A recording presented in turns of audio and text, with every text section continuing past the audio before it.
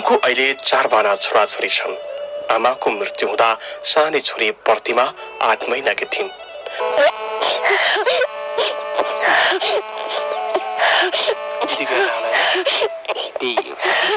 केही दुखिरहेछ र? आमाको राम्रोसँग दुध समेत पिउन नपाएकी प्रतिमाको अहिले दुवै मृगौला फेल भएको छ।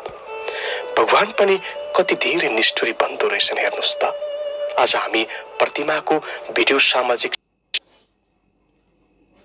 सञ्जालमा राखेपछि समाजसेवी रिता शाहीले सहयोग लिएर बागलुङ जिल्लाको निसी खोलामा आउनु भएको छ।